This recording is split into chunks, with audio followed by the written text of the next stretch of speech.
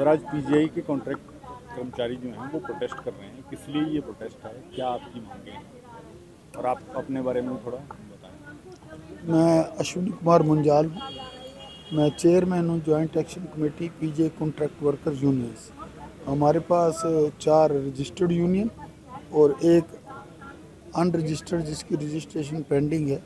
ये 5 यूनियन का एक समूह है कॉन्ट्रैक्ट वर्कर्स की, जो जॉइंट एक्शन कमेटी के झंडे तले अपनी लड़ाई नवंबर 2023 से लड़ रही है। और अभी जो हमारी मांग है उसको आप मांग की संज्ञा नहीं दे सकते, क्योंकि मांग हमारी जो 2 मेन मांग है वो मानी जा चुकी हैं। उसकी इम्प्लीमेंटेशन का बात है, उसमें से भी एक मांग आधी मानी जा चुकी है, लेकिन उसके आगे के हिस्से की अड़चन है, जिसकी वजह से आज हम यहाँ बैठे हैं। पहली मांग हमारी थी 2006 से चल रही थी, चल तो 96 से रही थी, लेकिन भारत सरकार के श्रम मंत्रालय के आगे 2006 से चल रही थी कि पीजीआई के अंदर ठेकेदारी प्रथा को बंद किया जाए।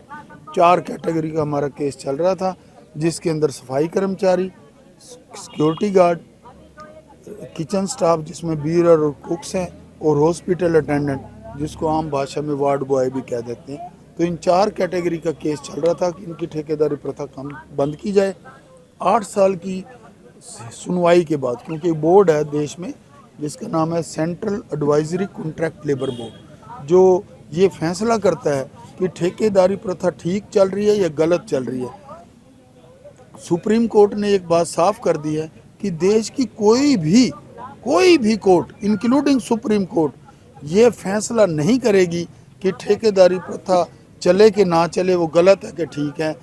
वो सिर्फ हक मिला है CACLB, जिसको सेंट्रल एडवाइजरी कॉन्ट्रैक्ट। हाँ, उसके फैसले को किसी ने आगे चैलेंज करना हो वो कोर्ट में जा सकता है, लेकिन कोई भी कोर्ट, देश की कोई भी कोर्ट ये फैसला नहीं कर सकती कि ये ठेकेदारी प्रथा बंद होनी चाहिए या ठीक चल रही है। ये फैसला सिर्फ बोर्ड कर सकता है। उस बोर्ड ने हमें 8 साल सुना, 2006 से 14 तक, और मई 2014 में उन्होंने अपना फैसला दे दिया कि ठेकेदारी प्रथा इन 4 कैटेगरी की बंद करो। और उसके साथ उनकी रिकमेंडेशन फाइनल नहीं होती, वो रिकमेंडेशन भारत सरकार के श्रम मंत्रालय के पास जाती हैं। अगर श्रम मंत्रालय उस बात को मानकर एक नोटिफिकेशन अधिसूचना जारी करता है, तब उसको मान्यता मिलती है, तब वो फाइनल हो जाता है। तो 12 दिसंबर 2014 को नोटिफिकेशन हो गई कि इस पीजीआई के अंदर ये 4 कैटेगरी की ठेकेदारी प्रथा बंद कर दो। तो हम 2014 में ये बात जीत गए, लेकिन इनको पक्का करना था, इन्होंने ठेकेदारी प्रथा बंद नहीं की। तो भारत सरकार ने इनके खिलाफ पीजीआई के अप्रैल 15 में क्रिमिनल केस दायर कर दिए सेक्टर 43 की कोर्ट में। ये हाई कोर्ट भागे, हाई कोर्ट ने क्रिमिनल केस तो स्टे कर दिया, लेकिन नोटिफिकेशन स्टे नहीं की। झगड़ा चलता रहा और ये बोर्ड के पास गए कि हमें 2 साल का समय दे दो, हम इनको पक्का कर देंगे। तो 26 अप्रैल 18 को भारत सरकार के बोर्ड ने इनको 2 साल का समय दिया कि आप 2 साल के अंदर इनको पक्का कर दो। और साथ के साथ स्वास्थ्य मंत्रालय भारत सरकार को भी बोला कि पोस्टें क्रिएट करने में जो आपका रोल है वो रोल पूरा करके ये काम पूरा करो।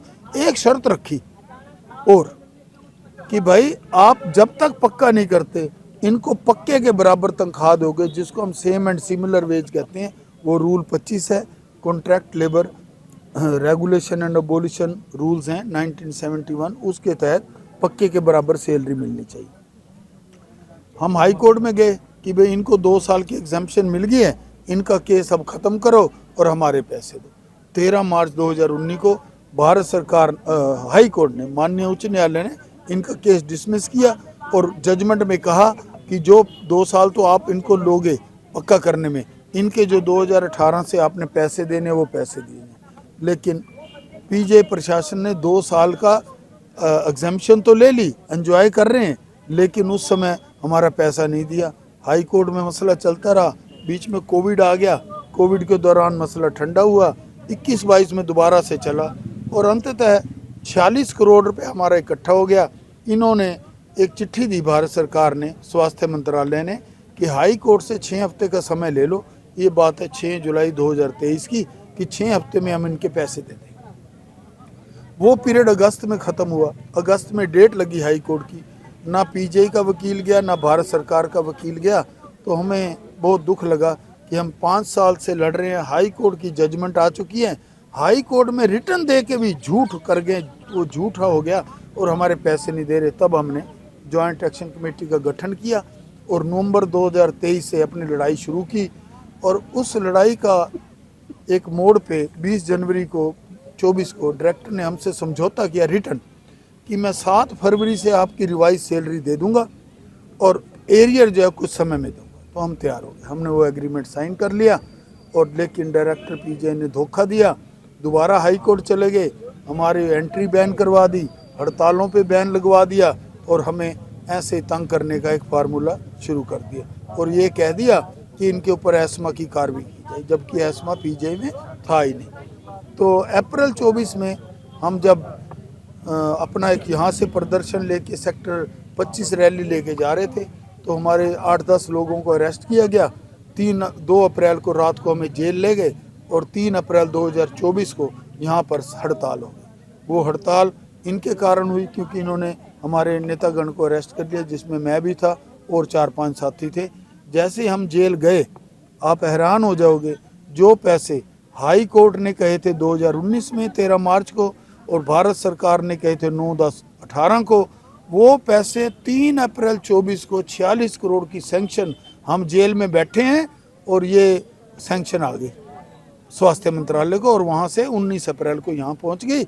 और हमें उसके तहत पैसे जब बांटने लगे तो पता चला कि ये तो 46 करोड़ आए हैं, एक कैटेगरी का नाम रह गया और वो बहुत बड़ी कैटेगरी है हॉस्पिटल अटेंडेंट की, उनके 30 करोड़ रह गए।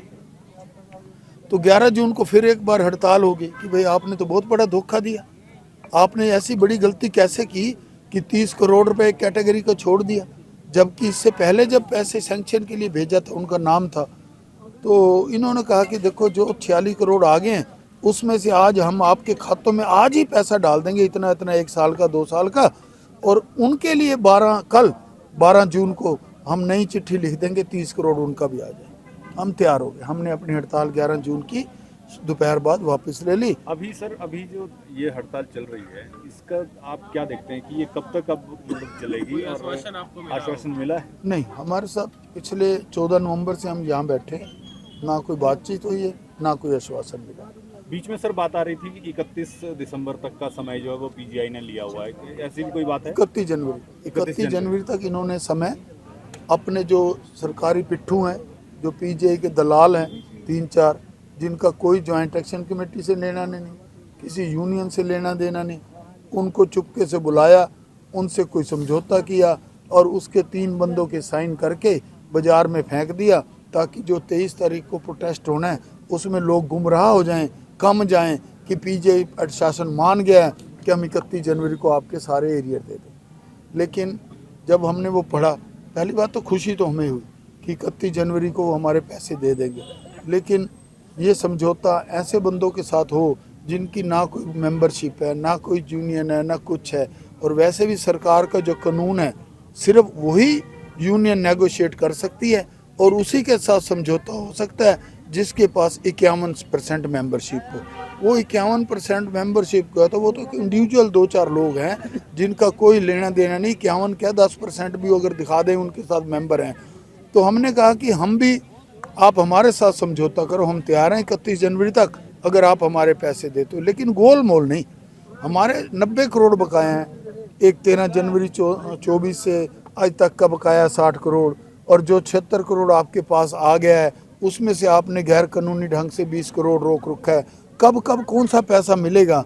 और सुपरवाइज़र, सीवरमैन, सेंट्री इंस्पेक्टर और कुछ स्टाफ हमारा एनएचई में काम करता है जिसको हम नेहरू हॉस्पिटल एक्सटेंशन बोलते हैं, और साथ में संगरूर में भी काम करते हैं, उनका भी पैसा है। तो आप अगर कोई समझौता करना है तो एक कंप्रीहेंसिव और क्लियर समझौता हो ताकि हम अपनी बैरक में चले जाएं, हम अपना सारा एजिटेशन बंद कर देंगे। लेकिन 2 दिन का हमने समय दिया, 2 दिन में उनका कोई जवाब नहीं आया, लेकिन हमने अपनी तरफ से 23 तारीख का जो बंद रखा था उसको पोस्टपोन कर दिया, डेफर कर दिया, इस उम्मीद में कि समझौता होगा, लेकिन नहीं हुआ। एक और बात है, 17 दिसंबर से हमारे 2 साथी मरण वर्ग पर बैठे हुए थे, उनकी तबीयत बिगड़ गई, उनका ग्लूकोज लेवल कम हो गया, उनकी वेट कम हो गया, उनका ब्लड प्रेशर डाउन चला गया, लेकिन पीजीआई प्रशासन को जूं नहीं रेंगी। फिर भी हमने 22 दिसंबर को उनको जूस पिला के उठाया ताकि 31 जनवरी तक जो पैसे दे रहे हैं हमारे साथ भी समझौता हो जाएगा, लेकिन हुआ नहीं। तो हमने फिर अब आगे क्या नया रणनीति नोटिस है, दिया 25 दिसंबर को। मैं बता दूं 25 को हमने नोटिस दिया कि हमने आपकी इंतज़ार की, अपने मरण व्रत पर साथी भी बिठा दिए और दोबारा से 24 घंटे फास्ट हो रहा है। अगर आपने 30 तक समझौता नहीं किया या हमारे पैसे 90 करोड़ देने का कोई भी टाइमलाइन नहीं दी तो हम 30 दिसंबर को जो आज कर रहे हैं इसका नोटिस दिया था, लेकिन उन पर कोई असर नहीं हुआ। शायद उन्होंने एक मजाक में लिया कि ये इनके साथ कोई नहीं है, कोई एजिटेशन नहीं करने वाला, और जो हमने शुरली छोड़ी है 31 जनवरी की उसी पे लोग विश्वास करेंगे और सारी बात ये रफा दफा हो जाएगी। लेकिन ऐसा हुआ नहीं। आप देख रहे हैं कि 70 से 80% लोग जो सुबह की शिफ्ट में वो हड़ताल पर हैं, बाहर हैं। और इसके साथ जो आप आगे की बात पूछ रहे हो, कल या परसों हम दोबारा मीटिंग करेंगे। अगर पीजीआई प्रशासन का अभी भी कोई इनविटेशन बातचीत का या कोई समझौते का नहीं आता तो अगला कार्यक्रम ऐसा ही एक दिन का फिर देने का या परमानेंट इंडेफिनेट का वो विचार जॉइंट एक्शन कमेटी की जो बॉडी है वो आने वाले 1-2 दिन में करेगी।